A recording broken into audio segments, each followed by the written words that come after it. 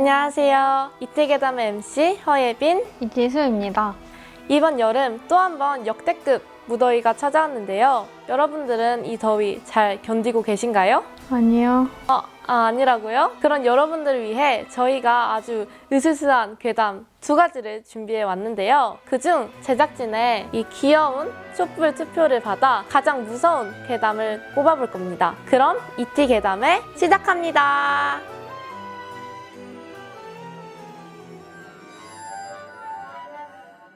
먼저 시작은 제가 준비한 아파트 괴담으로 시작해 보겠습니다.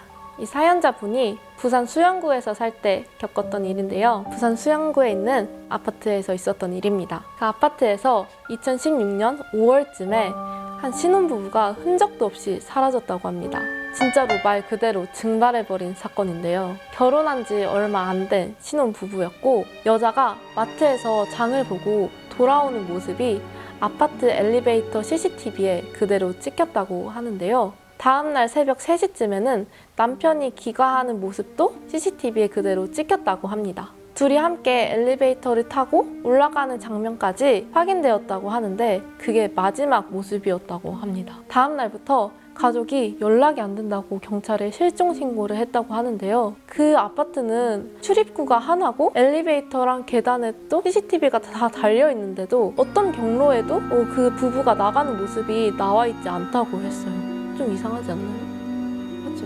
물론 그 부부의 차도 그대로 주차되어 있었고, 또 부부의 여권이나 뭐 신분증, 옷, 뭐 이런 여러 가지 물건 같은 것도 다 집에 그대로 있었고, 또 집 안도 깨끗하게 정리된 상태였고, 뭐 이상한 흔적 같은 게 하나도 남겨있지 않았는데도 부부는 흔적도 없이 사라졌다고 해요. 그 둘이 함께 집에 들어간 이후로 그 누구도 그 집에서 그 부부가 나간 걸 본 사람도 없다는 게 참 이상한 거죠. 실종되고 며칠 뒤에 남편 쪽 아버지한테 괜찮다, 걱정하지 마세요, 남편으로부터 문자가 왔다고 하는데 그게 본인이 보낸 건지도 아직도 확인이 되지 않았다고 해요. 이게 근데 진짜 남편이 보낸 건지 솔직히 좀 의심이 되지 않나요? 제 생각엔 남편이 아닌 것 같아요. 저도요. 솔직히 귀신이 이건 좀 모르겠지만. 그리고 경찰이 통신 기록을 추적했는데 마지막으로 부부 휴대폰이 꺼진 곳은 부산 기장, 그리고 서울 강동구 천호동이었다고 해요. 둘 다 부산에 사는데 서울까지 어떻게 갔는지, 그리고 뭘 타고 갔는지도 전혀 나와 있지 않다고 합니다. 금융거래 기록도 없고, 또 출국 기록도 없고, 또 누가 데려갔다고 뭐 그런 것도 아예 없고, 뭐 전혀 기록이 남아있지 않기 때문에 아예 뭐 알 수가 없는 거죠. 또 나중에는 뭐 남편의 첫사랑이었던 사람이 용의선상에까지 오르기도 했는데 그 사람은 현재 노르웨이에 살고 있고 협박한 정황이 있어서 인터폴에 수배가 오르긴 했지만 증거가 명확하지 않았다고 합니다. 지금은 2025년이니까 9년이 지났지만 아직까지 생사조차 확인되지 않았다고 합니다. 부산 사는 사람들은 간간히 이 이야기를 아직도 꺼내고 있다고 하는데요. 그 집에 아직도 불이 간간히 들어오고 있다, 복도에 사람 소리가 들리고 있다, 또 문 앞에 음식이 안 치워지고 있다, 뭐 그런 말들이 나오고 있는데요. 경찰이 말하기를 그 집은 사건 이후로 전기가 끊겼고 빈집 상태 유지 중이라고 합니다. 가장 무서운 건 CCTV는 거짓말을 하지 않는다는 것인데요. 사람이 들어갔는데 나온 장면이 없다는 거, 이 세상에서 이렇게 갑자기 사라질 수가 있나? 이게 가장 무서운 것 같아요. 여러분들도 조금 소름 돋지 않으신가요? 이제 지수 씨가 준비한 사연 들어볼까요?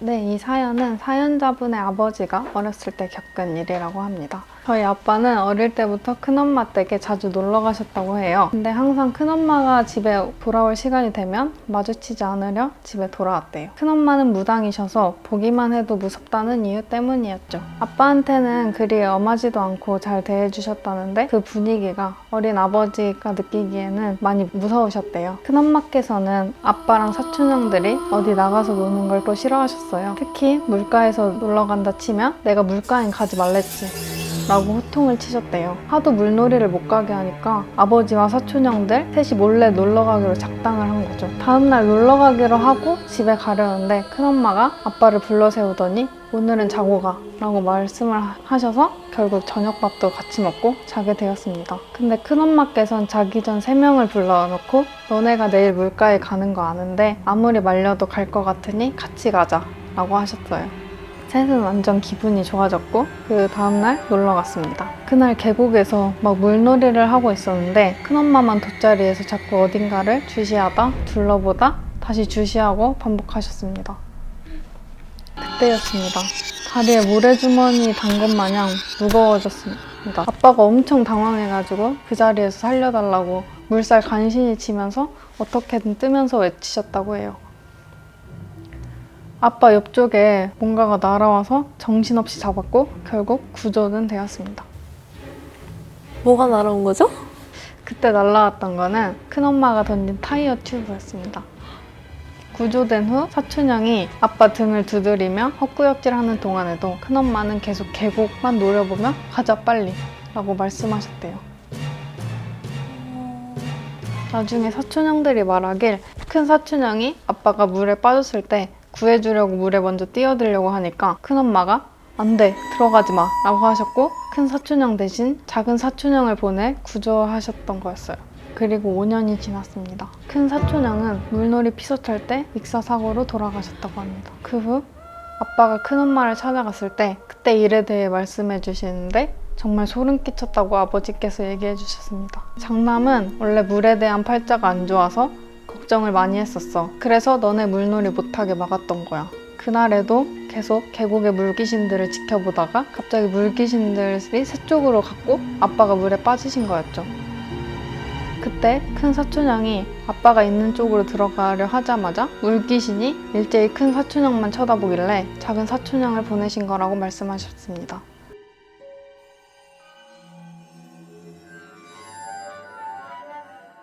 이제 저희가 이야기한 괴담에 대해 제작진들의 투표를 받아볼 건데요. 예빈 씨는 어떤 괴담이 더 무서웠나요?